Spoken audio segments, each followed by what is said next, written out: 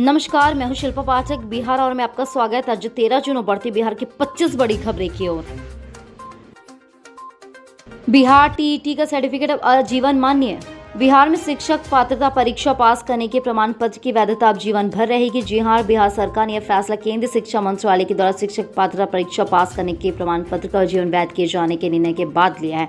राष्ट्रीय अध्यापक के द्वारा शिक्षा परिषद की ओर से हाल ही में जारी निर्देशों पर जिला शिक्षा विभाग की शुक्रवार को अधिसूचना जारी कर दी गई थी। अब तक टीईटी प्रमाण पत्र की वैधता 7 साल हुआ करती थी। शिक्षा विभाग के उप सचिव अरशद फिरोज की ओर से जारी आदेश में कहा गया कि अध्यापक शिक्षा परिषद की ओर से जारी पत्र के आधार पर टीईटी प्रमाण पत्र की वैधता 11 फरवरी 2012 के प्रमाण से की जाती थी। यहाँ आदेश के तहत बिहार में पहले हुए टीईटी के द्वारा मई 2012 से जारी प्रमाण पत्रों की वैधता आजीवन की जाती थी। एनपीसीआईएल में अप्रेंटिस के 121 पदों पर भर्ती के लिए आवेदन। Nuclear power corporation of India limited ने अप्रेंटिस के पदों पर भर्ती नोटिफिकेशन जारी किया। इस रिक्रूटमेंट ड्राइव के जरिए कुल 121 पदों पर भर्ती की जाएगी। इन पदों के लिए आवेदन प्रक्रिया 15 जुलाई तक जारी रहेगी। इच्छुक और योग्य कैंडिडेट्स इन पदों के लिए तय तारीख ऑफलाइन अप्लाई कर सकते हैं। इन पदों के लिए आवेदन करने वाले कैंडिडेट्स किसी भी मान्यता प्राप्त बोर्ड से संबंधित ट्रेड में ITI पास होने चाहिए। योग्यता से जुड़ी ज्यादा जानकारी के लिए ऑफिशियल नोटिफिकेशन देख सकते हैं। शिक्षक भर्ती छूटे दिव्यांग अभ्यर्थियों के लिए आवेदन जमा हो रहे हैं। बिहार में 1.25 लाख स्कूली शिक्षकों की होने वाली नियुक्ति के लिए छूटे हुए दिव्यांग अभ्यर्थियों के आवेदन शुक्रवार से आने लगे। जी हां, नियुक्ति में दिव्यांग अभ्यर्थियों के लिए 4% आरक्षण का प्रावधान है।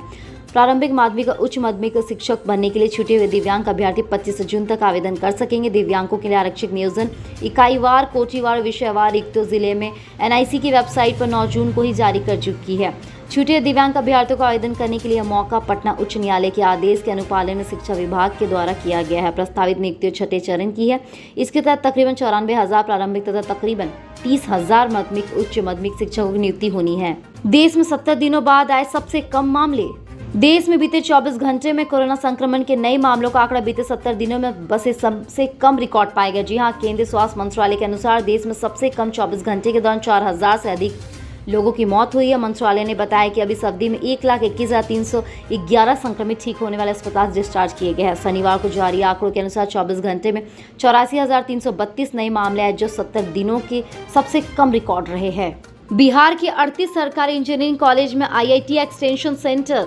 बिहार के इंजीनियरिंग विश्वविद्यालय की स्थापना करने वाली नीतीश सरकार नए क्षेत्र टाटा टेक्नोलॉजी की मदद सिलेबस को अपग्रेड करेगी। जी हां, IIT की मदद से तैयार होने वाले सिलेबस कुछ तरह होंगे कि युवाओं को रोजगार दिलाने में मदद मिलेगी। विज्ञान और प्रौद्योगिकी विभाग की कार्य योजना के मुताबिक आने वाले समय में कॉलेजों के कैंपस में IIT एक्सटेंशन सेंटर खुलेंगे। एक आधिकारिक ने बताया कि मानसून सत्र में इंजीनियरिंग विश्वविद्यालय मेडिकल कॉलेज की स्थापना का प्रस्ताव तभी आएगा जब पूरी तैयारी कर वास्तविक विधेयक पर विधि विभाग की सहमति मिल जाएगी।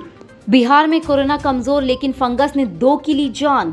पटना में कोरोना का आंकड़ा कम होने लगा। जी हां, ब्लैक फंगस बढ़ रहा है। शनिवार को पटना में कोरोना के 45 नए संक्रमित आए हैं तो ब्लैक फंगस के 20 मरीज सामने हैं। वहीं बिहार में कोरोना के 566 नए पॉजिटिव मामले आए हैं। राहत की बात यह है कि प्रदेश के किसी जिले में 50 से अधिक नए पॉजिटिव नहीं पाए गए, जबकि दूसरी लहर में पहली बार कल पटना में कोरोना की एक ही मौत नहीं हुई है, लेकिन ब्लैक फंगस से 2 लोगों की जान चली गई है। शनिवार को ब्लैक फंगस के कुल 20 नए मामले सामने हैं। इस दौरान 2 मरीजों की मौत हो गई है। वहीं एम्स में 12 नए मामले सामने हैं, जिसमें से 9 की सर्जरी हो गई है। वैक्सीनेशन की नई व्यवस्था, ऑनलाइन स्लॉट बुक कराना नहीं है जरूरी। 18 से 44 उम्र वालों के टीकाकरण में ऑनलाइन रजिस्ट्रेशन और स्लॉट बुकिंग की टेंशन अब पटना में खत्म हो गई है। शनिवार से राजधानी में ऐसी व्यवस्था बनाई गई जिससे हर वर्ष की आयु और ऑन स्पॉट रजिस्ट्रेशन के बाद टीका लगवा सकेंगे। जी हां, पटना के 208 सेंटर को इसके लिए तैयार कर लिया गया है। राज्य के अन्य जिलों में इस तरह की व्यवस्था बनाई गई, जब सरकार की गाइडलाइन से ऐसा लग रहा है कि आने वाले दिनों में सभी टीका केंद्रों पर 18+ वालों को ऑन स्पॉट रजिस्ट्रेशन के बाद टीकाकरण की व्यवस्था शुरू कर दी गई है। चीफ जस्टिस नाराज, बोले मौत के नए आंकड़ों पर भी हमें विश्वास नहीं। बिहार में कोरोना से मौत के आंकड़ों को लेकर हाई कोर्ट में सरकार की एक बार फिर से किरकिरी शुरू हो गई। महाधिवक्ता से यह कहने के लिए 3,951 मौत के आंकड़े लिस्ट से बाहर थे। इसे जोड़ने के लिए कुल मौतें बढ़कर 5,454 से लेकर 9,375 हो गई है। चीफ जस्टिस संजय कौल और जस्टिस S कुमार की खंडपीठ ने साफ शब्दों में कहा कि आपके यहाँ आंकड़े के सटीक व सच नहीं दिखते बल्कि संदेहास्पद लगते हैं। कोर्ट की सरकार के रवैये पर नाराजगी जताई गई है। जन्म मृत्यु के आंकड़े पारदर्शी प्रणाली के द्वारा की जा रही। इस बात पर विकास आयुक्त तो स्वास्थ्य सहकारी विकास पंचायत के साथ पंचायती राज IT महकमे की विशेष बैठक करने पर नतीजे शनिवार को सुनवाई में कोर्ट को अवगत कराने का आदेश दिया है। सभी जिलों को पछाड़कर 1 नंबर पर पहुंच गया गया जिला। संक्रमण काल में मनरेगा से रोजगार उपलब्ध कराने में गया जिला राज्य में सबसे अव्वल रहा है। जिले में 332 में से 331 पंचायतों में जॉब कार्ड धारी प्रति 78,320 श्रमिकों को कार्य मुहैया कराया जा रही है। पूरे राज्य में सर्वाधिक रहा है। डीएम के मार्गदर्शन में हासिल की गई उपलब्धि इसलिए खास है क्योंकि कोरोना काल में जहाँ एक तरफ निराशा छाई वहीं मनरेगा से मजदूरों को निवाला मिल रहा है। गया जिला अंतर्गत 9,114 योजनाओं का काम चल रहा है। यहाँ कच्चा कार्य जल जीवन हरियाली के तहत तालाब, पोखर, लाइन, चेक डैम, नई जल स्रोत के साथ ही रिचार्ज बोर, पौधारोपण, निजी क्षेत्र की योजनाएं शामिल है। बिहार में बच्चों की तस्करी पर लगेगी लगाम। बिहार में बच्चों की तस्करी और बाल श्रम पर अब सरकार लगाम लगाने की योजना बना रही है। बच्चों को श्रम से बचाने अब नई योजना पर काम किया जा रहा है। अब कार्ड के जरिए बच्चों की तस्करी पर निगरानी रखी जाएगी। बच्चों को मजदूरों पर लगाने से बचने के लिए चाइल्ड फ्रेंड कार्ड बनाया जाएगा। बच्चों की ट्रैकिंग पर भी इस कार्ड के जरिए लगाम लगाया जा सकेगा। बिहार में श्रम संसाधन विभाग, जिला विभाग और समाज कल्याण विभाग मिलकर इस योजना पर काम करेंगे। कार्ड को लेकर अभी तैयारी चल रही है। इसके लिए काम करने के तरीके को लेकर सरकारी व गैर सरकारी संस्थान में बातचीत भी जारी है। बिहार में बाल श्रम का मामला तेजी से बढ़ा है। मीडिया रिपोर्ट के अनुसार मुताबिक 4.5 लाख से अधिक बाल श्रमिक बिहार में हैं। बिहार पुलिस को खादी की वर्दी पहनाने की तैयारी। पुलिस की खाकी अब खादी में भी तैयार हो सकेगी। जी हां, इसे लेकर अब नई तैयारी चल रही है। भागलपुर के बुनकर इन दिनों इस तैयारी में जुटे हुए हैं। खादी के कपड़े से तैयार की जाएगी। वर्दी के नमूने को बुनकर जल्दी बिहार की डीजीपी को सौंपा जाएगा। साथ ही नमूने के तौर पर एक थाना कपड़ा डीजीपी को सौंपा जाएगा। इसके बाद अगर इसके उपयोग की हरी झंडी मिलती है तो अब बिहार पुलिस खादी की वर्दी में दिखेगी। भागलपुर के बुनकर इस दिनों बिहार पुलिस को खादी की वर्दी पहनाने में जुटे हुए हैं। अब इको फ्रेंडली कपड़े को तैयार किए गए बिहार पुलिस के कर्मियों को राहत दी जाएगी। अब पुलिस टेरिकॉटन की वर्दी पहनती तो गर्मी के दिनों में यह काफ़ी परेशानी देती है। इसके पसीना सूखने में भी काफ़ी दिक्कत होती है। अब कोलकाता, आंध्र प्रदेश और महाराष्ट्र के पुलिसकर्मी खादी वर्दी का इस्तेमाल करते हैं, जिसके कारण ड्यूटी करने में काफ़ी राहत मिलती है। चलन थाना बाढ़ प्रभावित जिलों में लगाएगा गश्त। राज्य के संविध बाढ़ प्रभावित जिलों में पुलिस की चलन टीम रहेगी। जी हां, टीम नाव से बाढ़ प्रभावित क्षेत्रों में गश्त करेगी और लोगों की सुरक्षा को लेकर काम करेगी। साथ ही लोगों को कोरोना गाइडलाइन के प्रति भी जागरूक करेगी ताकि लोग बाढ़ के दौरान कोरोना संक्रमण से बच सके। इस संबंध में आपदा विभाग ने सभी डीएम को दिशा निर्देश भी भेज दिया है। पुलिस मोटर बोट और नाव से इलाकों में गश्ती करेगी। इस टीम पुलिस बल की तैयारी की जाए जो कोरोना से बचाव के लिए हर संभव सामग्री लोगों को देगी। टीम के पास वायरलेस सिस्टम और माइक रहेगी, जिसके द्वारा पुलिस की टीम गश्ती के द्वारा जागरूक करेगी और देर रात में गश्ती करने में परेशानी नहीं होगी। पुलिस की चलन टीम के साथ 2 स्वास्थ्यकर्मी भी रहेंगे जो गश्ती करने के दौरान जरूरतमंद लोगों की स्वास्थ्य सुविधा देगी और एक टीम महिलाओं की भी, जिससे महिला पुलिस व महिला स्वास्थ्यकर्मी भी रहेंगे। रेस्टोरेंट मिठाई दुकानदारों को लिखना होगा FSSAI लाइसेंस नंबर। रेस्टोरेंट और मिठाई दुकानदारों के साथ ही अन्य तरह के खुदरा कारोबारियों को अपने ग्राहकों को दिए जाने वाले बिल पर FSSAI का लाइसेंस नंबर लिखना अनिवार्य है। जी हां, food safety authority of India अक्टूबर से खाद्य का कारोबार करने वालों के लिए यह नियम लागू करने जा रही है। इसके लिए रेस्टोरेंट में मुख्य स्थानों पर खाद्य सामग्रियों के साथ ही संबंधित वोट कार्ड लेने होंगे जिनके ग्राहक अपनी से पढ़ और समझ सके। साथ ही इसमें FSSAI अपने मौजूदा नियमों में संशोधन की तैयारी करी है। नए नियमों से ग्राहकों को यह होगा कि खाद्य पदार्थों में किसी तरह की गड़बड़ी की शिकायत करने पर उन्हें आसानी से उपलब्ध कराई जाएगी। मिली जानकारी के अनुसार बहुत ही शिकायतों का निपटारा केवल इसलिए नहीं हो पाता क्योंकि उनकी देरी हो जाती, क्योंकि शिकायत के बाद FSSAI के द्वारा आवंटित लाइसेंस नंबर नहीं लिखा होता था। कार पर प्रेस का स्टिकर लगा रहे थे शराब तस्करी। दीघा थाना पुलिस ने शनिवार को सुबह शराब की तस्करी में लगे 5 डिलीवरी बॉय को गिरफ्तार कर लिया। जी हां, आरोपी 2 क्रेटा कार से शराब की खेप लेकर हाजीपुर से पटना चाहे थे। किसी को उन पर शक ना हो इसके लिए उन्होंने कार पर प्रेस का स्टिकर लगा रखा था। कार से भारी मात्रा में शराब की बरामदगी की गई है। वहीं पुलिस शराब जब्त कर गिरफ्तार आरोपियों से पुलिस शराब तस्करी के संबंध में पूछताछ जारी रखी है। गिरोह के अन्य सदस्यों का पता चलाया जा रहा है। मालूम हो कि ऑनलाइन होते ही पटना में शराब तस्करी के मामले बढ़ गए हैं। गत दिनों में वृद्धा कॉलोनी और दीघा थाना पुलिस शराब तस्करी के अलग अलग मामले की कई तस्करों को गिरफ्तार कर चुकी है। डर से घर में बंद जिला परिषद सदस्य मुन्ना किन्नर। गोपालगंज जिले का एकमात्र किन्नर जनप्रतिनिधि रामदर्शन प्रसाद उर्फ मुन्ना किन्नर डर के साए में जी रहे। जी हां, इन्होंने खुद को अपने घर में ही कई दिनों से बंद कर रखा है। जिला परिषद सदस्य मुन्ना किन्नर के मुताबिक उन्हें जान से मारने की धमकियां मिल रही थी, जिसकी वजह से वे घर से बाहर नहीं निकल रहे थे। इन्होंने सीएम नीतीश कुमार से लेकर डीजीपी के साथ ही एसके सिंघल, ADIG के द्वारा मनु महाराज और जिले के डीएम और एसपी तक को पत्र भेजकर अपनी जान बचाने की सुरक्षा गवाही लगाई है। इन्होंने बताया कि मुन्ना किन्नर उर्फ रामदर्शन प्रसाद मीरगंज के क्षेत्र संख्या 16 से जिला परिषद सदस्य थे। वे 2 बार विधानसभा का चुनाव भी लड़ चुके थे। इन्होंने बताया कि लॉकडाउन के दौरान कुछ किन्नर के आड़ में नाच गाने करने वाले लोगों के द्वारा जिले में जगह जगह पर हंगामा प्रदर्शन किया गया था, जिसका मुन्ना किन्नर ने विरोध किया था।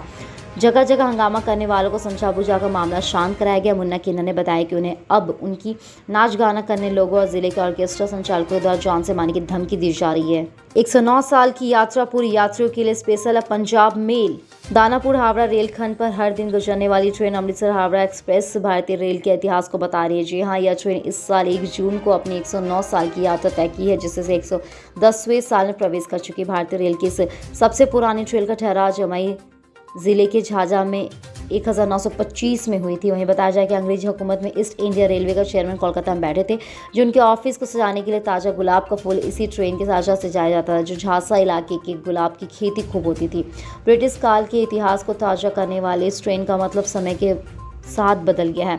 कालांतर में बदलते समय के साथ झांसा से इस तरह के पंजाब मेल से गुलाब का फूल कोलकाता नहीं जाता था। बीतते समय के साथ यहाँ गुलाब के फूल की खेती भी बंद होगी, लेकिन गुलाब के लिए जिस ट्रेन का ठहराव दशकों पहले हुआ था वो आज भी जारी है। एंटीजन किट वितरण से लेकर जांच तक में मिली गड़बड़ी। मुजफ्फरपुर जिले में कोरोना जांच के लिए आई एंटीजन किट में बड़े पैमाने पर गड़बड़ी की पुष्टि की गई। किट के वितरण से लेकर जांच की गड़बड़ी पाई गई। जी हां, कई स्वास्थ्य केंद्रों को अधिक तो कहीं को कम मिली है। वहीं जिले में जितनी भी किट उपलब्ध कराई गई, जितने साथ ही जांच है, उसमें 16,000 से अधिक का अंतर पाया गया। इसके अलावा जांच से अधिक की डाटा की अपेक्षा भी कम की गई है। कई केंद्रों में यह संख्या कम पाई गई। मालूम हो कि पुलिस ने सदर अस्पताल के लैब टेक्नीशियन लव कुमार के घर में 9 मई को छापेमारी की थी। इसमें 4,000 एंटीजन किट व अन्य सामग्री जब्त की गई। इसके बाद मामले की प्राथमिकी दर्ज कर पुलिस ने जांच शुरू कर दी है। 7 लोगों पर प्राथमिकी दर्ज की गई है। जांच के दौरान 5 की गिरफ्तारी हुई है। डीएम प्रणव कुमार ने अपर समहर्ता राजेश कुमार के नेतृत्व में 3 सदस्यीय टीम में से मामले की जांच कराई। उक्त गड़बड़ियां सामने आई हैं। बिहटा सरमेरा 4 लेन जाम, गाड़ियों की लगी लंबी कतार। नालंदा के चंडी थाना क्षेत्र के वहां पर गांव के पास नली गली निर्माण को लेकर ग्रामीणों ने एसएच 78 बिहटा सरमेरा 4 लेन को जाम कर दिया है। इसके साथ सड़क के दोनों छोर पर गाड़ियों की लंबी कतार लग गई। जी हाँ, यातायात पूरी तरह से बाधित हो गई है। चंडी प्रखंड में बोड़ाना के पंचायत के वार्ड नंबर 11 वहां पर गांव की यहाँ संख्या है, जहां पे 300 लोगों की आबादी वाला यह गांव आज भी पक्की सड़क और नली से महरूम है। बरसात के दिनों पक्की सड़क नहीं रहने के कारण ग्रामीणों की मुसीबत और बढ़ जाती है। स्टेट हाईवे तो बन गया है, लेकिन गांव की जाने के लिए पक्की सड़क का निर्माण नहीं हो सका है। ना ही गांव के भीतर या नली गली का निर्माण किया गया। इन बातों को लेकर आक्रोशित ग्रामीणों ने सड़क पर लकड़ी और पेड़ की टहनियों को रखकर आवागमन को अवरुद्ध कर दिया। जी हाँ, मौके पर चंडी प्रखंड विकास पदाधिकारी अवधेश राय के पहुंचने के बाद नापी कराने का आश्वासन दिया गया और जल्द ही नली गली निर्माण पूर्ण करवाने को लेकर ग्रामीणों को आश्वासन भी दिया गया है। सभी कॉलेजों में होंगे रोड सेफ्टी एम्बेसडर। राज्य के सभी कॉलेजों में सड़क सुरक्षा एम्बेसडर होंगे। जी हाँ, जो युवाओं को लहरिया कट से बचने की नसीहत देंगे। साथ ही परिवहन विभाग ने राज्य में हो रही सड़क दुर्घटना में युवाओं की मौत को देखने का निर्णय लिया गया है कि पायलट प्रोजेक्ट के तहत कुछ कॉलेजों में एम्बेसडर का चयन किया गया, लेकिन विभाग 100% इसे सुनिश्चित करने में लग गया है। इस काम में शिक्षा विभाग की सहायता भी ली जा रही। दरअसल राज्य में हो रही सड़क दुर्घटना में युवाओं की मौत की संख्या सबसे अधिक हुई। विशेषकर 2 पहिया वाहन चालकों में आधे से अधिक युवा ही होते हैं। घर में युवा सदस्यों के असमय या दुनिया से जाने का गम किसी परिवार को ना मिले, परिवहन विभाग की इस कवायद में जुटा रहा है। सड़क दुर्घटना संबंधी सभी जानकारी मुहैया कराने के लिए परिवहन विभाग एक समर्पित वेबसाइट बनाया जाएगा। इस वेबसाइट पर दुर्घटनाओं से संबंधित आंकड़ों के अलावा सड़क सुरक्षा से संबंधित नारा व स्लोगन मौजूद रहेंगे। दुर्घटना में घायल लोगों को अस्पताल पहुंचाने वाले बेहतर नागरिकों के बारे में इस वेबसाइट में जिक्र रहेगा। हर साल होने वाली सड़क दुर्घटना पर एक पुस्तिका भी प्रकाशन होगी। साथ ही जिले, स्कूल व कॉलेजों में वितरित किया जाएगा। लालू यादव को बिहार की राजनीति में वापस लाने की तैयारी। राजद के राष्ट्रीय अध्यक्ष लालू प्रसाद के 74वें जन्मदिन को शुक्रवार को सामाजिक न्याय सद्भावना दिवस के रूप में मनाया गया। इस अवसर पर उनके परिवार के लोग उनके साथ थे। लालू यादव जेल से रिहा होने के बाद अपनी बड़ी बेटी मीसा भारती के दिल्ली स्थित आवास में रह रहे थे। तेजस्वी ने कहा कि बिहार में ही नहीं बल्कि देश भर में लोग लागू की ही मिस कर रहे हैं और लोग जानते हैं कि इसे जल्द से जल्द मुख्य राजनीति में वापस लिया जाए। उन्होंने कहा कि लालू यादव का जीवन संघर्ष में ही बीता है और राज्य के दौर में ऐसे नेता ही समय की मांग है जो सीधा सांप्रदायिक शक्तियों से लड़ सके और सीधा चुनौती दे सके। बिहार में बालू तस्करों के खिलाफ बड़ी कार्रवाई की तैयारी। अवैध बालू खनन पर लगाम लगाने को लेकर प्रदेश के नीतीश कुमार सरकार लगातार जरूरी कदम उठा रही है। जी हाँ, इसके बावजूद तस्करी के मामले सामने आते ही जा रहे हैं। ऐसे में सरकार ने बालू तस्करों को कड़ी कार्रवाई की तैयारी की है। बिहार के खान व भू विज्ञान विभाग के द्वारा मंत्री जनक राम ने कहा कि अवैध बालू खनन में शामिल लोगों की संपत्ति कानूनी प्रावधानों के तहत जब्त की जाएगी। खान मंत्री रमक के द्वारा इस बातचीत के दौरान शुक्रवार को गोपालगंज में दी गई। उन्होंने कहा कि राज्य सरकार ने रेत तस्करों की अवैध संपत्ति को जब्त करने का प्रावधान करने की पहल की है। इस उद्देश्य के लिए डीएम और एसपी के संयुक्त नेतृत्व में एक टास्क फोर्स का गठन किया गया। इन्होंने कहा कि नदियों में अवैध बालू खनन से सरकारी खजाने को भारी नुकसान पहुंच रहा है। ऐसा करने वाले की सूची तैयार करने के बाद प्रक्रिया शुरू हो सकेगी। राज्य पुलिस की आर्थिक अपराध शाखा की बालू तस्करों की संपत्ति को जब्त करने का काम सौंपा गया है। एडीजीपी एनएच खान ने हाल ही में रोहतास, औरंगाबाद के द्वारा भोजपुर, पटना, सरन, गोपालगंज जैसे जिलों में चल रहे रेत तस्करों के बारे में जानकारी मांगी थी। बिहार में निष्कर्ष महिला आयोग जनहित याचिका। पटना उच्च न्यायालय में तो एक जनहित याचिका दायर करने के लिए राज्य महिला आयोग का कामकाज बाधित होने का मुद्दा उठाया गया है। राज्य महिला आयोग 7 महीने से बिना किसी मुख्य के है। जी हां, इसके पहले लंबित शिकायतों पर कोई कार्रवाई नहीं हो पा रही, ना ही कोई शिकायत स्वीकार की जा रही है। जनहित याचिका ओम प्रकाश शर्मा के द्वारा दायर की गई। शर्मा ने इस मामले में अदालत से हस्तक्षेप करने का अनुरोध किया है। कहा कि महिला आयोग के पूर्व अध्यक्ष का कार्यकाल समाप्त होने के बाद यह पद खाली है। बचा कुशेश्वर संस्थान का केवटगामा गांव पुल डीएम के आदेश से मरम्मत। जिला मुख्यालय से 80 किलोमीटर दूर कुशेश्वर संस्थान प्रखंड के केवटगामा गांव में बने पुल जलकुंभी के दबाव से टूटने के कगार पर था, लेकिन अब उसे बचाने का कार्य शुरू हो चुका है। मानसून के शुरू होते ही हल्की बारिश से ही नदियां तबाही मचाने लगती है। इस बार भी जैसे ही बारिश शुरू हो गई, कुशेश्वर संस्थान पूर्वी प्रखंड की कमला बरहान की नदी का जलस्तर बढ़ा। कुशेश्वर संस्थान के केवटगामा गाँव के में बने पुल पर जलकुंभी जमा होने से दबाव बनने लगा है, संपर्क टूट गया है। साथ ही घरों पर कटाव भी शुरू हो गए। इसके बाद मौके पर अब तेजी से निर्माण कार्य शुरू कर दिया गया। मरम्मत के कार्य में दर्जनों मजदूर लगाए गए। इसके साथ ही ईंट मिट्टी बुलडोजर के साथ सीमेंट बालू लाकर काम शुरू कर दिया गया। फिलहाल नदी की धारा में निर्माण सामान न बह जाए, इसको लेकर उपाय किए जा रहे हैं। इसके साथ ही सड़क से पुल को जोड़ने का काम शुरू हो जाएगा। मानसून की एंट्री। पटना सहित कई जिलों में झमाझम बारिश। मानसून के प्रवेश करते ही राज्य में झमाझम बारिश शुरू हो जाती है। साथ ही पटना सहित राज्य के लगभग सभी जिलों में आज शनिवार को मूसलाधार बारिश शुरू हो गई। राज्य में अगले 3 दिनों तक अच्छी बारिश के आसार जताए जा रहे। कल दोपहर से ही आकाश में काले बादल उमड़े नजर आ रहे थे। रात में बादलों का रंग गहरता गया है। पटना में सुबह करीब 9 बजे से मूसलाधार बारिश शुरू हो गई। मौसम विभाग का पूर्वानुमान सटीक निकाला जा रहा है। बिहार में 2 दिन पहले से मानसून की झमाझम बारिश शुरू हो गई थी। इस बार मानसून में अच्छी बारिश के आसार जताए जा रहे हैं। मौसम विज्ञान विभाग के वैज्ञानिकों का कहना है कि यास तूफान के कारण इस बार अन्य प्रदेशों में भी मानसून का आगमन 1 या 2 दिन पहले हुआ था। बिहार में सामान्यतः 14 जून को पुलिया के राह से दक्षिण पश्चिम मानसून का आगमन होता रहेगा। विटामिन एफ की कमी दूर करने के लिए डाइट। कोरोना वायरस संक्रमण से बचाव के लिए सेहत का विशेष ध्यान रखना पड़ता है। इसके लिए सही दिनचर्या का पालन करें, संतुलित आहार लें, रोजाना वर्कआउट करें, तनाव को दूर करें। संतुलित आहार लेने से शरीर में पोषक तत्वों की कमी नहीं होती। इस पोषक तत्वों में एक विटामिन एफ है, जिससे ब्लड प्रेशर कंट्रोल रहता है, हृदय रोग का खतरा कम होता है, तनाव से निजात मिलता है। वहीं इसकी कमी से शरीर पर प्रतिकूल प्रभाव पड़ता है। विटामिन एफ की कमी दूर करने के लिए डाइट में फैटी एसिड युक्त चीज़ों को शामिल करें। विशेषज्ञों के माने तो विटामिन एफ फैटी एसिड का संयुक्त मिश्रण है। यह लिनोलैनिक एसिड के साथ मिलकर बनता है। शरीर में फैटी एसिड की कमी को विटामिन एफ की कमी कहा जाता है। विटामिन एफ यानी लिनोलैनिक एसिड के साथ शरीर में बहुत अहम होता है। इसके लिए रोजाना निर्धारित मात्रा में फैटी एसिड युक्त चीज़ों का सेवन करें। फैटी एसिड यानी मछली में उच्च मात्रा में ओमेगा 3 फैटी एसिड पाया जाता है।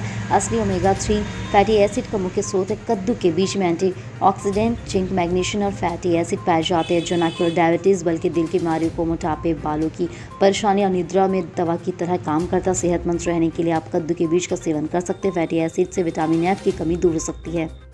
कल हमारे द्वारा पूछे गए सवाल के जवाब आप में से बहुत से जिसने हमें कमेंट करके दिया है, उसके लिए आपका बहुत बहुत धन्यवाद।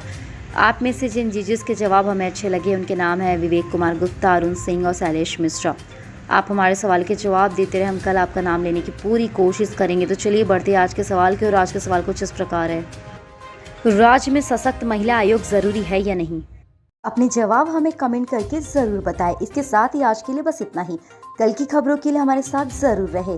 अगर ये वीडियो आप हमारे YouTube पर देख रहे हैं तो चैनल को सब्सक्राइब करें और बेल आइकन दबाना ना भूलें। और अगर आप ये वीडियो हमारे Facebook पर देख रहे हैं तो पेज को लाइक करें और ज़्यादा से ज़्यादा शेयर करें। सुरक्षित रहें, स्वस्थ रहें। धन्यवाद।